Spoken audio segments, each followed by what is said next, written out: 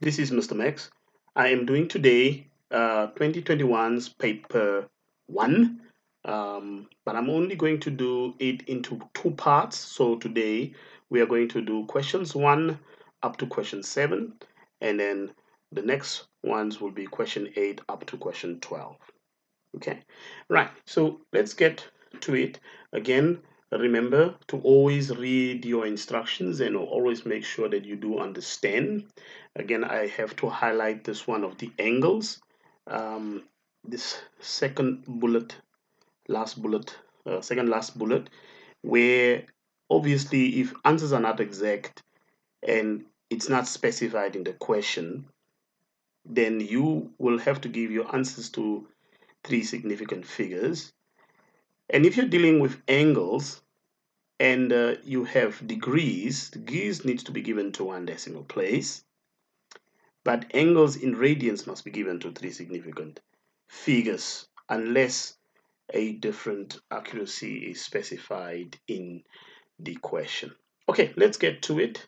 I have also included some blank pages where I feel like maybe a certain question one needs to explain it, maybe using a different approach. Okay, so the first one here says find the first three terms in ascending powers of x in the expansion of 1 minus px all raised to the power of 6. So I hope you are familiar with your binomial theorem. So the first term would be 6 choose 0, and that will be 1 raised to the power 6 here. And the next one, obviously, that is like minus px, and it should be raised to the power 0 because these two should give you that answer there. And that should correspond with that. Anyway, this is just going to be 1. Okay, 6 choose 0 is 1, 1 raised to the power. Everything is just going to be 1. The second term will be 6 choose 1, which is equal to 6, and then 1 raised to the power of 7.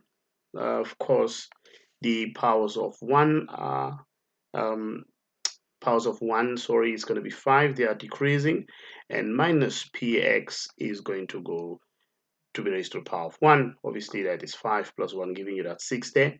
And again, remember, you have a minus here, and if you were to write this sign, the terms, they will alternate between a positive term and a negative term.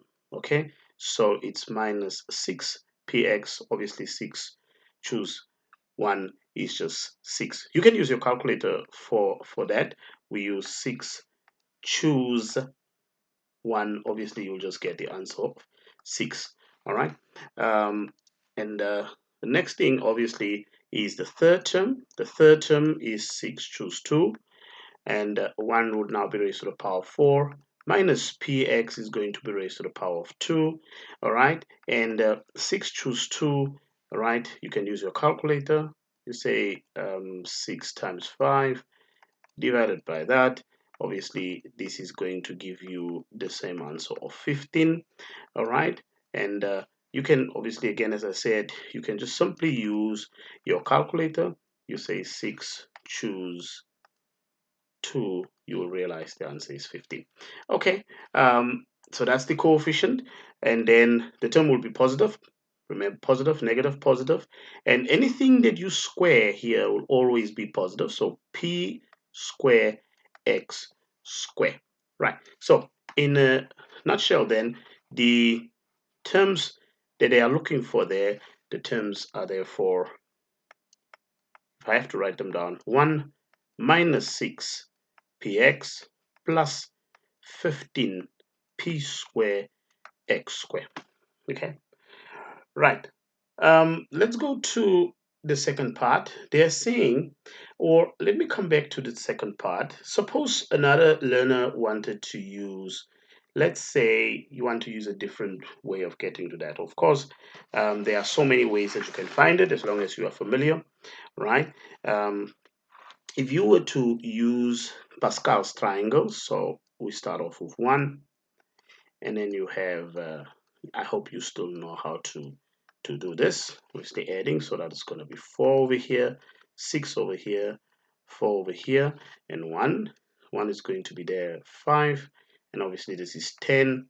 That gives you another 10. That gives you a 5 and a 1, and 1, 6. That gives you 15. That gives you 20. That gives you 15, and that gives you 6 and 1. So I'm going to stop there. So this is obviously when n is equal to 0. This is when n is equal to 1. When n is equal to 2, remember our n is equal to 6 there. N is equal to 3. N is equal to 4. N is equal to 5. N is equal to 6. So these are the coefficients, right? So then if you were to write them down, you would say, okay, wait a minute. It's going to be 1 should now be raised to the power of 6, and the minus px is going to be raised to the power of 0. The next one will be a minus. I'm going to add the coefficients in now, okay? And then you're going to have 1 raised to the power of 5, and minus px is going to be raised to the power of 1. And you obviously want to have another space there. Now you're going to have a positive, and then you have got 1 raised to the power of 4, and the minus px is going to be raised to the power of 2. Right, so what we are now going to insert over here, we are going to insert the coefficients coming obviously from Pascal's triangle. So that means I'm going to have the 1, then I'm going to add in there the 6, the 15, and I did not continue. Okay, so the next one obviously will be minus, and so on and so on. But now I can definitely go and put in my coefficient of 1, my coefficient of 6 over there, my coefficient of 15. Okay, so at the end of the day, if you were to clean this up, you are just going to get 1 as an answer. And if you were to clean this one up here, right, this one here will give you minus 6px. And if you were to do this one over here, will give you positive 15p square x square, and so on. So this is also one way you could have done it, as long as you get to answer those questions. Okay, that takes me to the B part. Remember, you can always pause the video, and if you wish to follow as to what is it that one has done there. Now it is given that the coefficient of x squared in the expansion of 1 minus x, 1 minus px raised to the power of 6 is equal to 0.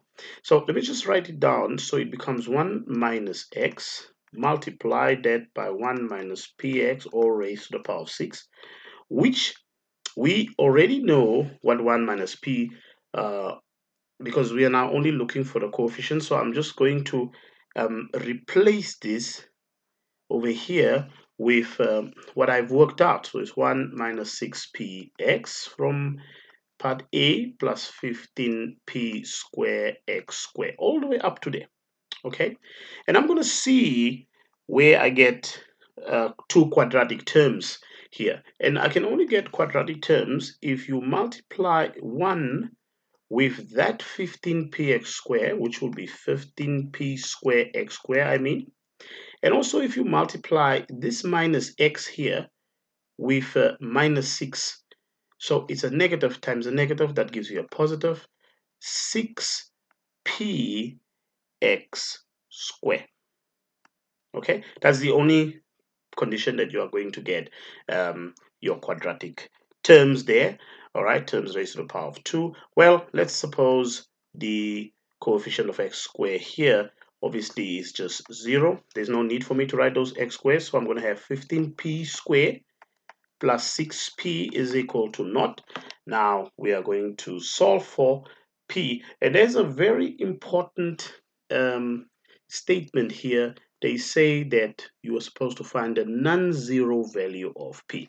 This is a quadratic. There will be two solutions, perhaps, and possibly one solution will not be considered. So you have two terms on the left. You need to factorize or take out the common factor, and the common factor is 3p, and 3p into 15p, that is 5p, 3p into 6p, that is just going to be twice, and you can always multiply over and see if you are getting the same stuff.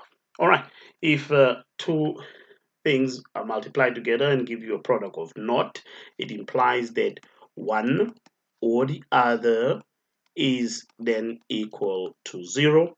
Here you will have p, which will be 0 divided by 3, which p is equal to 0. But this one we are not going to consider because of the instructions. Right from the beginning, we are looking for a non-value of p. So 5p is equal to -2. And we need to solve this one then. And we'll have that p is equal to -2 divided by 5. So therefore, this is the required answer. Okay, let's go to question 3. So I'm just going to go to question 3. It says the diagram shows a parabola. The minimum point, which is the turning point, is 1, -3, as you can see on the graph. Then you also have x coordinate or x intercepts. The graph is intersecting the x. X is at -2 and 4 respectively. Obviously, you can see it as a minimum because that is the minimum or the lowest point of the graph.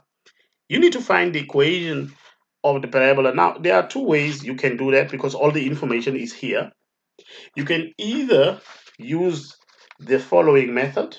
So I'm going to say y is equal to a, then I have x plus 2. This is very important. If the intercept is, if x is equal to -2, then when you go back, then you have x plus 2 is equal to 0. The same here, if x is equal to 4, then you go back, that is what it is before you have got to that answer. So here you will have x plus 4. Now, we have done that. We use the intercept, and we are going to use the turning point because at least we need the intercepts and one more point. It could have been maybe they could have given you a point here where the graph cuts the x-axis, but they didn't give this one here. But we have a turning point, so we can use that point for x and for y because we need to determine the value of a. So when y is -3, and x is 1, that's 1 plus 2 in this bracket times 1 plus 4 in this bracket. Okay, so we are now trying to find the value of a. So this is -3 over here.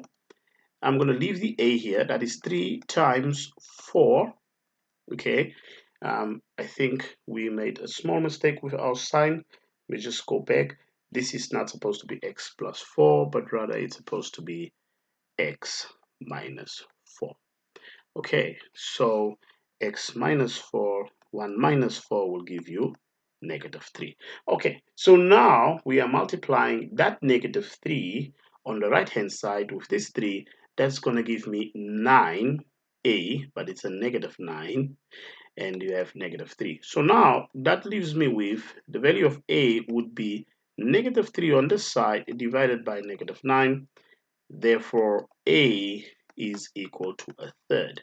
So now I can actually go ahead and I can write my equation. So my equation, I can complete it now, is in the form y equals to, my a value is 1/3, and I have got x plus 2, and I have got x minus 4.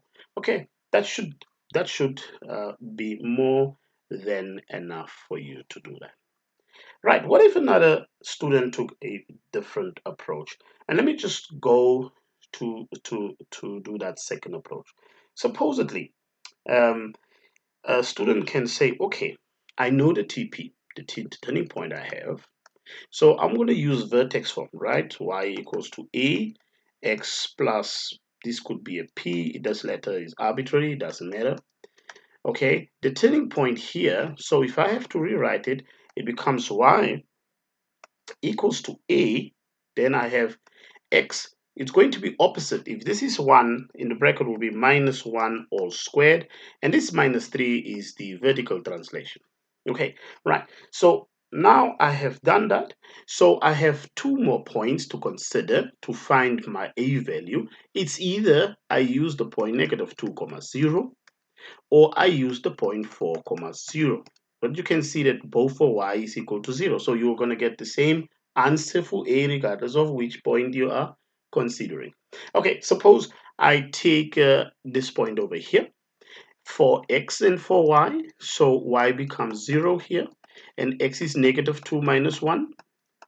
And this is going to give me an answer. So if you were to do the brackets first here, so you have -3 squared minus 3. I just want you to also take note that if suppose we're using 4 and you have a 4 in here, 4 minus 1 will give you a 3, and anything you squared, whether it's a positive or a -3, the answer will always be a positive answer. So this is 9a minus 3. So from here, you have an equation where you can solve for a, and obviously you can say 9a minus 3 is equal to naught. That gives you that 9a is equal to plus 3 if it goes over the equal sign, and a will be 3 divided by 9, which is nothing but a third. So again, now what you can do is you can now complete your equation. You can now say, therefore, the equation is y equals to 1 over 3 x minus 1 minus 3. This is more than enough. Okay, there is no need, sorry, this should be all squared. There is no need to go and multiply that out. What you will also realize is they will also most probably say they will accept an answer uh, of, let me see, an answer of y equals to 1 over 3 x, in bracket, you have x squared minus 2x minus 8. Okay, this is also another answer that would have been accepted, but here you are just going to do extra work. But let me show you, however, how one gets to that answer. So supposedly you are here, you have y equals 2, so that's a third, and the bracket becomes x squared minus 2x plus 1. That is if you expand this bracket, take away 3. Okay, no need for this is unnecessary work. But again, you go have a third of x squared minus 2 over 3x plus 1 over 3 minus 3. I'm now distributing that over into each one of the terms inside the bracket, and obviously this is going to give you 1 over 3 x squared minus 2 over 3x. If you plus a third minus 3, that gives you minus 8 over 3. Of course, if you take out again a third as a common factor, you're going to be left with x squared minus 2x minus 8. Again, unnecessary work. Okay, so it could be that the student ends up with that answer over there, but this is more than enough. Okay, in fact, you probably also have the same answer if you're doing the first method. So let's just go back to the first method, how one could get that answer. So again, unnecessary, no need, but you could have students that go and say, okay, I multiply out the bracket x squared minus 4x plus 2x minus 8, and then that obviously gives you a third. Then you have x squared minus 4 plus 2, that's minus 2x minus 8. So all of that, remember, is also something that will be accepted, but again, not necessary. This should be more than enough. And also, this one over here, this one is also more than enough. Okay, but I just thought I'll add those blank pages so I can show you that if a learner or anybody does get to these answers over here, all of them are equivalent. You are not going to get penalized. It's just you're working too much. You're doing too much for a 3-mark question. All right, question 3a. Solve the equation. There are many ways you can do this, all right? This is ordinary level. You should not be afraid of solving such equations. This could be written as x raised to the power 4 is equal to 81. Any even power, if you have to do the inverse of that, you have to take the root, okay? and the fourth root of this would give me, it's going to be two answers that I'm going to get, a positive or a negative answer. That's what you're going to get. You can punch that on a calculator. The root and the power cancel out each other. The answer will be x equals to positive 3 or x equals to negative 3.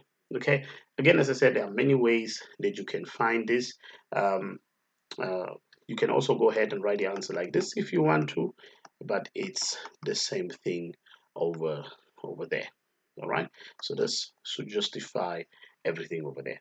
Anyway, you now need to make the conclusion, because once you are told that hence solve, it means you are, what you did practically in the first part of the question is going to be used most definitely in the second part of the question in order for you to solve that.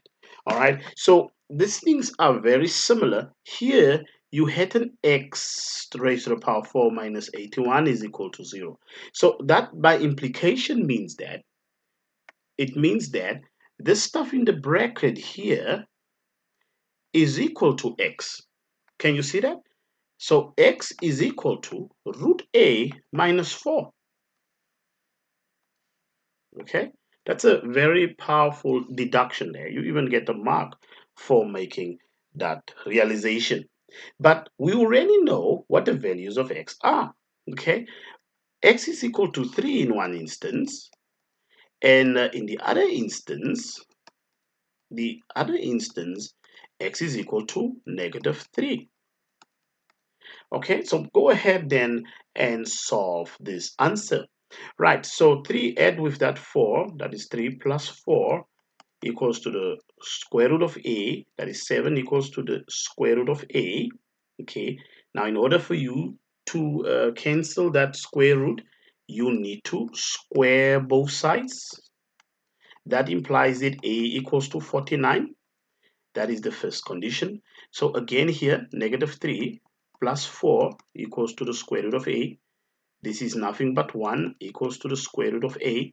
And then if you have to get rid of that square root, you do the opposite of the square root, which is squaring both sides. Therefore, a is equal to 1. Okay, so the answers there are a equals to 1 and a equals to 49. No need to go and do uh, more work. You are using what you did in part A to solve these answers here. All right, let's go to question 4. Now, this question is question on an integration. Okay, you will also realize that there is a very much important concept to understand here. Um, you need to understand that if you have displacement, um, which is what we're going to consider as like the distance. Okay, let's just say this is like the distance, and the next thing that we are going to look at is the velocity, velocity, velocity. Okay, um, that is represented by a v, and the next thing that we are going to consider is acceleration. We're going to put a little a over there. So if we differentiate a function with respect to time, there's going to be that concept. That is from displacement or distance, we're going to get velocity. If we need to differentiate velocity with respect to time, that is going to be giving us acceleration. Okay, so in this particular case, going from displacement to velocity and velocity to acceleration, this is differentiation. Okay, so you will be saying ds dt here because it will always be over function of time, because this concept involves a time factor. Okay, so here you are going to differentiate. For example, you will be saying ds dt, and here it will be dv dt in order for you to get that. But we are also doing the reverse of differentiation, which is anti-differentiation, or we just say integration. From acceleration to velocity, we are obviously going to integrate, okay? And also from velocity to displacement, we are going to integrate. Does that make sense to you? Right, so if if we have to go and do this next part, it says an object, and this is very important that you understand that, is moving in a straight line. Its acceleration, so its acceleration, we are here, which is meters per second. Per second is given by, so A is given by 6t plus 1, okay, where t is the time in seconds passing through the origin. The starting velocity of the object is 2 meters per second. Right, so in order for us to find an expression for the velocity, that means we have to say the velocity will have to integrate the acceleration with respect to t. Do you understand that? Right, so please don't use the physics formula here. Okay, so velocity will be the integral of 6t plus 1 with respect to t. Always think of this as a bracket that you're opening here and a bracket that you're closing. Otherwise, you will lose marks there. All right, so we are going to then integrate. So I hope you know how to integrate. So v equals to, so that's the power of 1. So you add that, that's going to be a t squared, and you divide it by that 2. And this is the same as, remember, 1 is the same as, you know, t raised to the power of 0. So when you add, that is going to be 1t, or just t divided by 1, obviously will give you the same thing. And very important, you have to say plus the constant of integration. So we'll have to put our c there. Okay, right. Seem to run out of space a bit, but I'm just going to write it in a different color. So this then, if I simplify this then gives me v equals to 3t squared plus t plus c, and I'll call that c sub 1. Now, so I'll just continue on top here. So I'm going to just clean up that stuff, because those were the notes that I was putting up, but I hope you do understand the concept, of course. So we are going to have, let me just then rewrite what I have so far. So what I have now is I have my v equals to 3t squared plus t plus my c, maybe I say c sub 1. Now they are saying to us, when the initial velocity of the object, okay, is 2 meters per second, so v equals to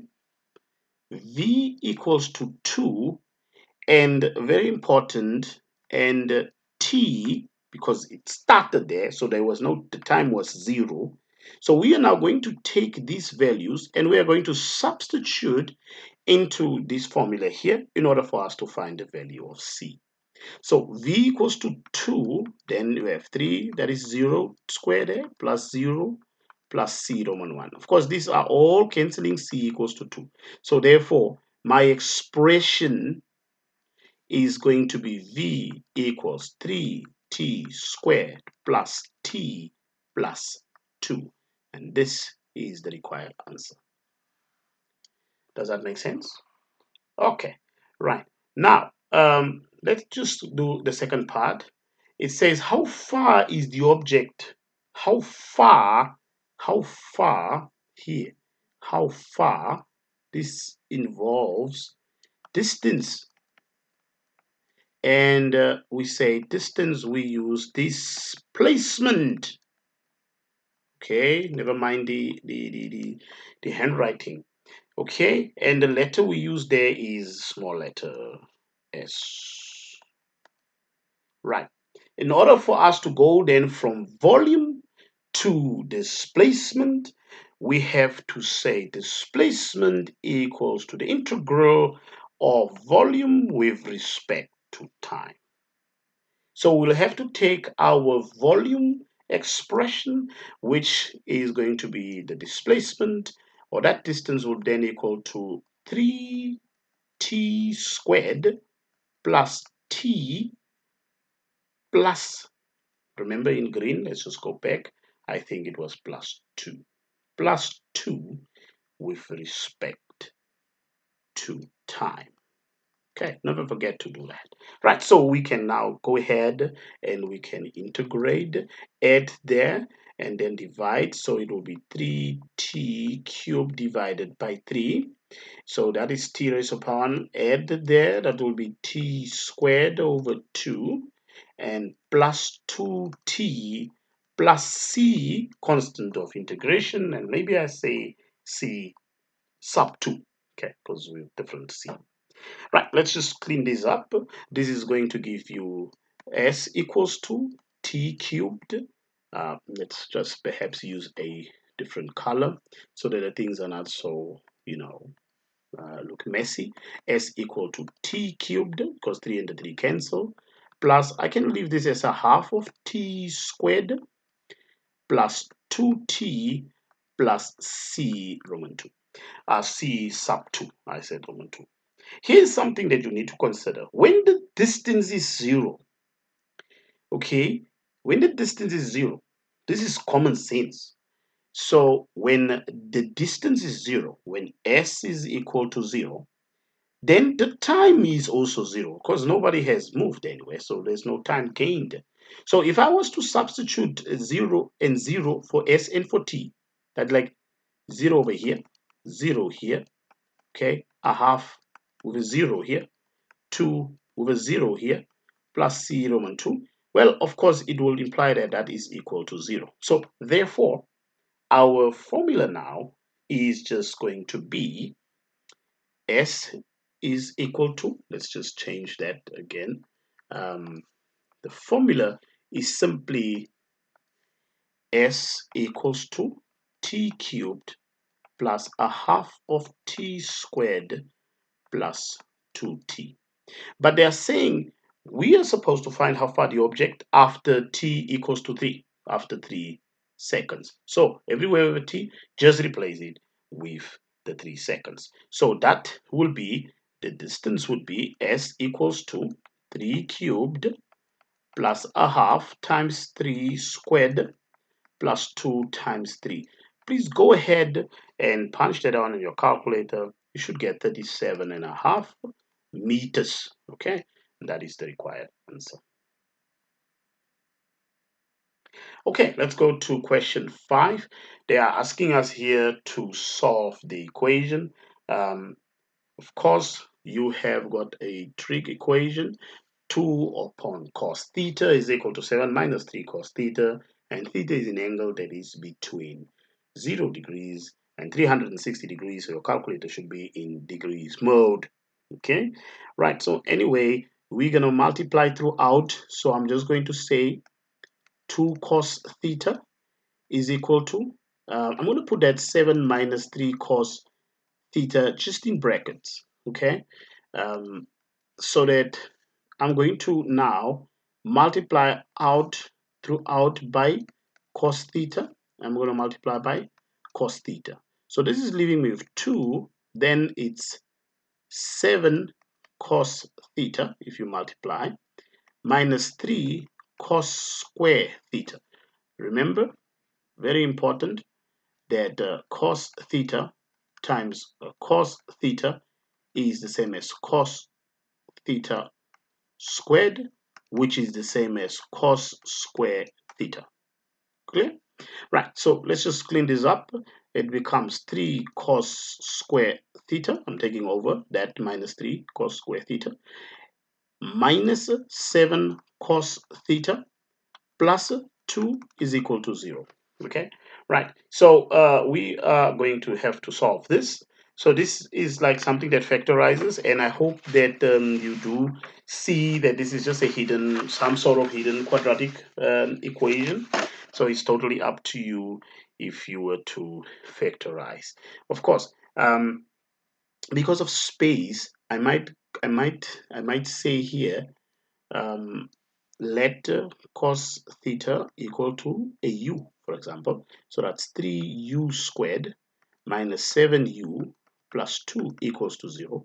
Then it's easy for you to see that, okay, this has to be some 3u minus 1 if you were to factorize, and then the other one will be u minus 2. Okay, or use the quadratic equation, I don't know. So one answer for you will be a third, and the answer for you will be 2. The problem is u was cos theta, so cos theta equals to 1 over 3, or cos theta is equal to 2. Well, cosine theta is adjacent over the hypotenuse, so this one here will not work because this is a value that is bigger than 1. So you are not going to, you see your calculator will give you a text message, say, yeah, there's a problem, please be on the lookout.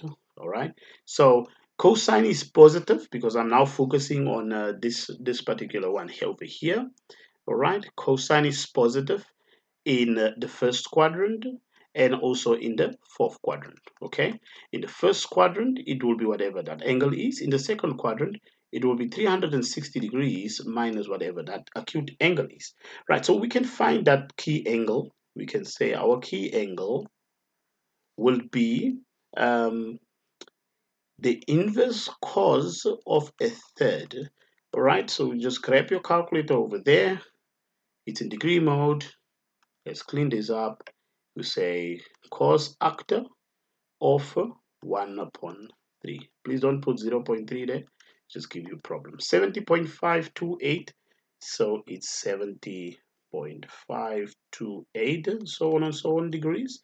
Right. So one of my answer in the first quadrant, my answer would be for theta would be 70.5 degrees, and in the fourth quadrant theta would be 360 minus 70.5, okay, which is 289.5 degrees. Okay, so these are my solutions then. Okay, now we come to part B. You're supposed to prove the identity. Let's suppose I take the left-hand side, okay? Let's take the left-hand side. Now, for interesting um, for interest sake, I'm also going to do the right-hand side. There's no need, but I will do it anyway. So when you have the left-hand side, I'm going to write tan square x in terms of sine and cos. So that is sine square x upon cos square x, that is the same as tan square x, minus sine square x. Obviously, this is upon 1. So you have got two fractions. If you make the denominator to be cos square x, then you have sine square x minus sine square x times cos square x. Okay, you have to do that. Now, in any case, what I'll do is I am going to factorize the numerator there. So I'll take out sine square x, and that will be 1 because it goes in there once, minus cos square x. Okay, everything over cos square x. So let me just go ahead and sort of separate them, because if two things are upon the same denominator, you can separate them. So I will say sine square x over cos square x is the same as multiply, I put a dot there, 1 minus cos square x over cos square x. Right. Anyway, here's something also interesting that you should know from your Pythagorean square identity. Sine square x plus cos square x is equal to 1. So therefore, sine square x, if you make sine square x the subject, it will be 1 minus cos square x. So this here, I'll just replace with sine square x. Can you see that? Right.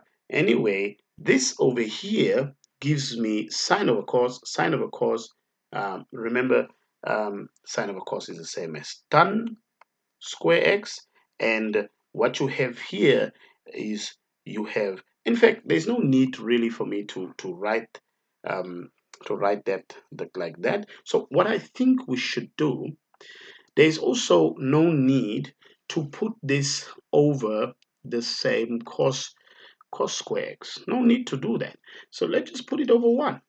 Okay, and it's basic mathematics. All right, And remember, I said I'm going to replace that on top with sine square x. All right. Remember, if you have 7 times 3 over 4 is the same as 7 over 4 times 3. You get the same answer. Okay, so that's basically what I did there when I separate the fractions. Anyway, then you have 10 square x sine square x, which equals to the right hand side. And you can go have a look at the identity. 10 square x times sine square x. Okay, right. Let's say I do the right hand side. Okay, the right hand side. So the right hand side is 10 square x sine square x, because it doesn't really matter if a student was supposed to say, okay, this type of identity, I can actually also take the other side, yeah, like and prove the other side. This is perfectly okay, and it should be something that is worth considering. So you can't just go ahead and say, yeah, but you were not supposed to do that, and then you are going to get penalized. No, it might look unnecessary, but remember, students and learners, you can do um, many different methods. In mathematics, you are still proving what you need to prove. Also remember, these are not equations, so don't come with cross multiplication type of things. These are identities. Okay, that's the identity sign over there. It's not an equation, so you can't go and cross multiply. Those type of things is definitely wrong. Anyway, 10 square x is the same as sine square x over cos square x times, now I'll just write that times sine square x over there on its own, right? So again, if I'm over there, I will have the numerator times the numerator. Remember the sine square x, so I'm going to say sine square x times sine square x, everything over cos square x. Right, then I'll cleverly say, okay, wait a minute, let me change one of them. This one, remember, from sine square x plus cos square x equals to 1, then you have nothing but cos square x, or let's make sine square x the subject of the formula. Let's just get this in place. So sine square x is equal to 1 minus cos square x. So I will replace that stuff. It's going to be sine square x in bracket 1 minus cos square x. That's what I'm going to do. Everything over cos square x. Okay, right. So let's continue, and let's just multiply out what we have. So we multiply the sine here with 1, that is sine square x, and we multiply that together, that's going to be minus cos square x sine square x, doesn't matter which one you put in front, okay, and everything over cos square x. Right, anyway, let's now separate the fractions. So we have got, because it's a common denominator, I can write sine square x over cos square x. Then this is minus cos square x sine square x over cos square x. Of course, remember, this here becomes nothing but 10 square x minus, and here is an important thing, you can cancel out, okay, and that's going to leave you with nothing but sine square x, which we now have proven the left hand side. Okay, 10 square x minus sine square x. Let's just go back and you will see definitely we have done that. 10 square x minus sine square x. All right, so students can also be doing that. Okay, that brings me to question 6. We have got vectors over here. Right, you have got relative to the origin. The position vectors of A and B are given by OA equals to 3, 3, 6, vector OA, vector OB is 1, 5, 2.